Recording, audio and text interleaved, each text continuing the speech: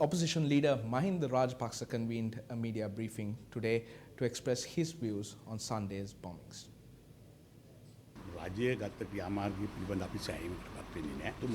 We are not satisfied with the steps that were taken by the government. This is because we were informed of this in advance.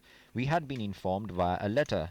If the public had been informed of this, it may have been prevented. They could have asked the public to stay away from these locations, and the scale of the tragedy could have been mitigated. They must accept responsibility for this. However, at this instance, we must not point fingers at each other or at each other's communities. All of us must come together as one country to support the steps that are being taken now, and as a party we will support this and do our duty. This is a national problem facing the entire country. This letter was accompanied by an intelligence report. Half the intelligence service is in prison. Yesterday I told this group that if the others had also been imprisoned, it would have been worse. This report was provided by intelligence services. The problem is that even those who are left did not act in line with this report. The government had a duty to inform the public. I believe that one of the reasons for this is that police are not allowed to act on certain things because of an upcoming election.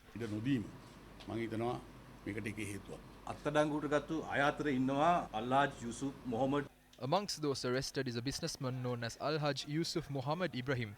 He was on the national list of the JVP for the 2015 election. His children have been involved in some of the suicide bombings. He has also had close ties with politicians like Azad Sali and Mujibur Rahman. You may recall that when explosives were discovered some time ago in Vanathavilluwa, Puttalam, I raised questions about it in Parliament, asking what was found and who was behind it, and it was Mujibur Rahman who was flustered and responded that I was seeing crocodiles in a wash basin. It was not crocodiles in the wash basin. It is very clear what is happening now. This was sent to VIP security units. It was not sent to my security detail, but it was sent to the security details of other VIPs. It was sent to him as well. This cites the prevailing threat. Why were no steps taken at all? In spite of knowing all this government is accountable for the 300 lives that were lost and the more than 500 people who were injured. They must take that responsibility. They must take responsibility. Why did they not inform the people?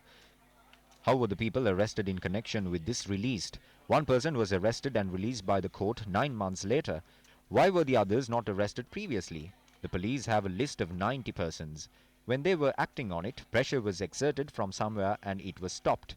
This is the truth. Harin Fernando says he did not go to church because his father had been informed by the CID. Is it enough for just Harin to be saved? When Harin's father was informed by the CID, he told his son that churches would be attacked. This means that they knowingly allowed this to happen.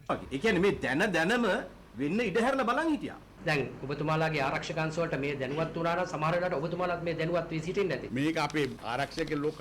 The head of our security received this. He acted on it and did not inform us. If I was not aware of this, would I have gone to Nuwara earlier? I would have been walking from church to church. Like, while you were dying.